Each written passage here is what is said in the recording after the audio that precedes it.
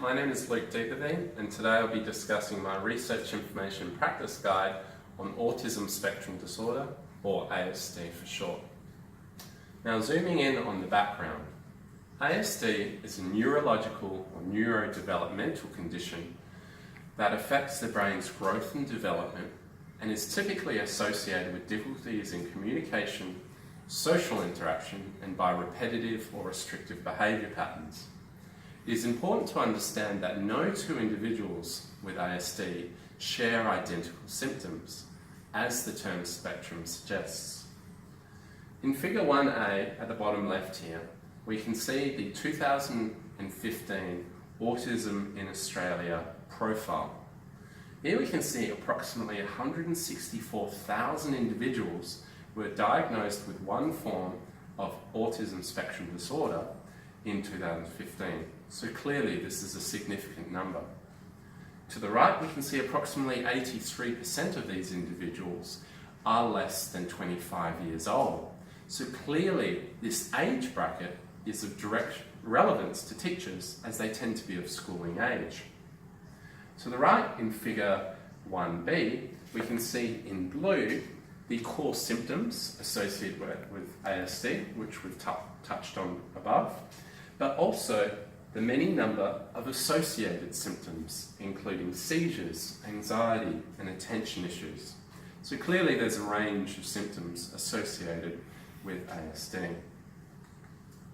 So how does ASD impact in the classroom, and what can we do as teachers to promote inclusive education?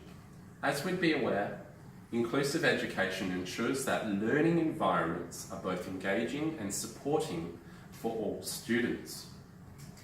Students with ASD can encounter high rates of secondary conditions such as language and speech difficulties, attention issues, and difficulties with fine motor skills. Traditionally, students with ASD have struggled in the classical classroom situation, as the learning tends to favour one type of learner rather than cater for the diverse learning types that are present in all classrooms. Consequently, students with ASD may encounter difficulties with time management, connecting between lessons, note-taking, and summarising, just as examples. If you'd like to know a little bit more about how ASD can impact the classroom, I've included 3 online freely available resources for parents, teachers, and students alike. Now, moving on to 2 evidence-based teaching strategies that I'd like to discuss. The first of which is positive behavioural support, or PBS for short. PBS is a positive and proactive teaching strategy for addressing challenging behaviour in the classroom. The primary aim of PBS is to increase a person's quality of life, with a secondary aim of reducing the incidence and severity of challenging behaviours. It is important to understand that PBS is a collection of teaching strategies rather than a single specific teaching strategy. So in Figure 2A, just to the bottom left here, we can see both proactive PBS strategies, such as modifying the physical classroom environment. It may be as simple as dimming the lights to avoid overstimulation of students with ASD.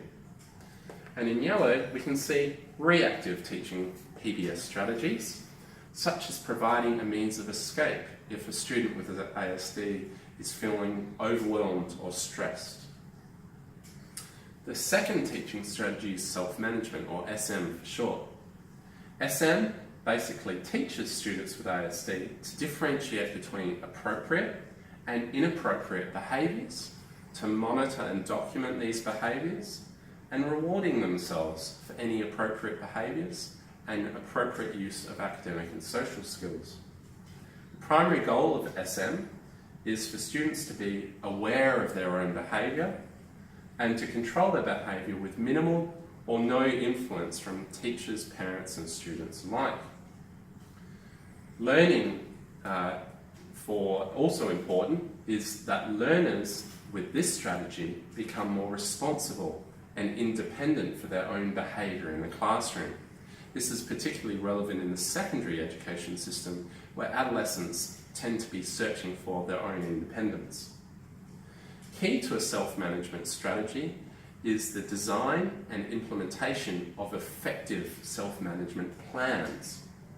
Here in Figure 2b at the bottom right, we can see 5 summary steps for designing and implementing such a plan. Key to this planning stage is to ensure that parents and students, the students with ASD, are involved in their own learning management or self-management program. So that is very key.